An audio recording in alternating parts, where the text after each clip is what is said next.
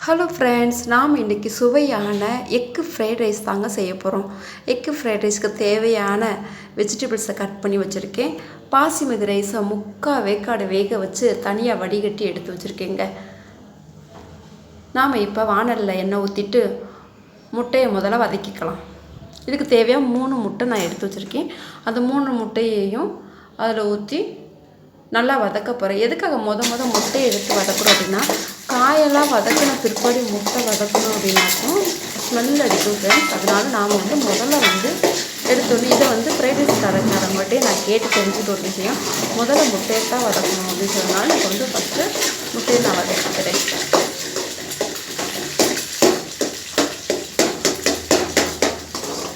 Basmati rice 3/4 வேக்காடில் வேகணும்னு சொன்னது இதனாலனா, அப்போ தான் உதிரியாக ரைஸ் நல்லா இருக்கும். அதனால 3/4 வேக்காடு மட்டும் வேக வச்சுருக்கிறேன். முட்டை நல்லா வதங்கிடுச்சு. இப்போ நாம் முட்டைக்கோஸை அதோடு சேர்த்துக்கலாம். முட்டைக்கோஸை சேர்த்துட்டு நல்லா வதக்கி விடலாம்.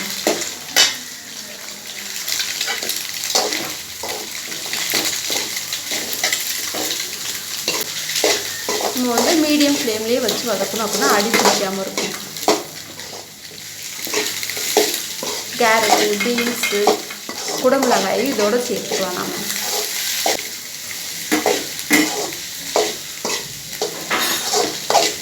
ஆயில் கொஞ்சம் நல்லாவே ஊற்றணும். எதனாலனா இது ரொம்ப ட்ரையாக இருக்க மாதிரி இருக்கும். அதனால் கொஞ்சம் ஆயில் ஆகுது. இப்போ கொத்தமல்லி தழையும் சேர்த்து வதக்கி விட்டுக்கலாம்.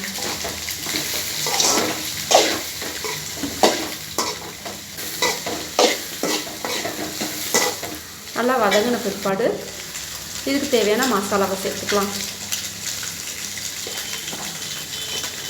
மிளகுத்தூள், பெருங்காயத்தூள், சீரகத்தூள், அப்புறம் நம்ம சிவப்பு மிளகாத்தூள் இதெல்லாம் கொஞ்சம் சேர்த்துக்கலாம். மஞ்சத்தூள், பெருங்காயத்தூள். காரத்துக்கு தகுந்தவா நம்ம இதில் பச்சை மிளகாய் சேர்த்துக்கலாம். இல்லைன்னா நம்ம அதை ஸ்கிப் பண்ணிக்கலாம். பார்க்கறதுக்கே கலர் நல்லா அட்ராக்டிவாக இருக்கு. நல்லா வதங்கி வந்துடுச்சு. மனம் அவ்வளோ சூப்பராக இருக்குது. இதோடு சேர்த்து கொஞ்சம் கரம் மசாலா பவுடரையும் கொஞ்சம் சேர்த்துக்கலாம். இப்போ நல்லா வதங்கிட்டு இந்த ஸ்டேஜில் நாம் நம்ம 3/4 வேக்காடு வேக வச்சு வடித்து வச்சுருக்கிற அந்த பாசிமதி ரைஸையும் இதோடு சேர்த்து மிக்ஸ் பண்ணிக்கலாம். இப்போ நாம் இந்த பாஸ்மதி ரைஸை இதோடு சேர்த்து நல்லா கலந்து விட்டுக்கணும். பார்க்குறதுக்கு சூப்பராக இருக்குது. ஹெல்த்தியாகவும் இந்த குழந்தைங்க நல்லா விரும்பியும் சாப்பிடுவாங்க. இதோட சேர்த்து ரெட் சில்லி சாஸு, சாஸு இதெல்லாம் மிக்ஸ் பண்ணிக்கலாம்.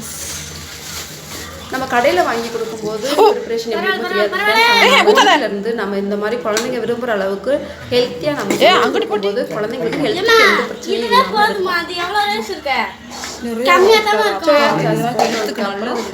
நல்லா கலர்ஃபுல்லாக இருக்குது.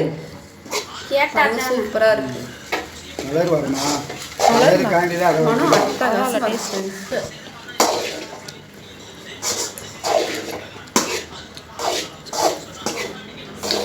இப்போ சாப்பாடு ரெடி ஆயிடுச்சு.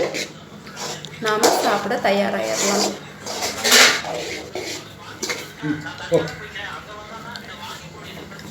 பாருங்கள், சூப்பராக இருக்குது.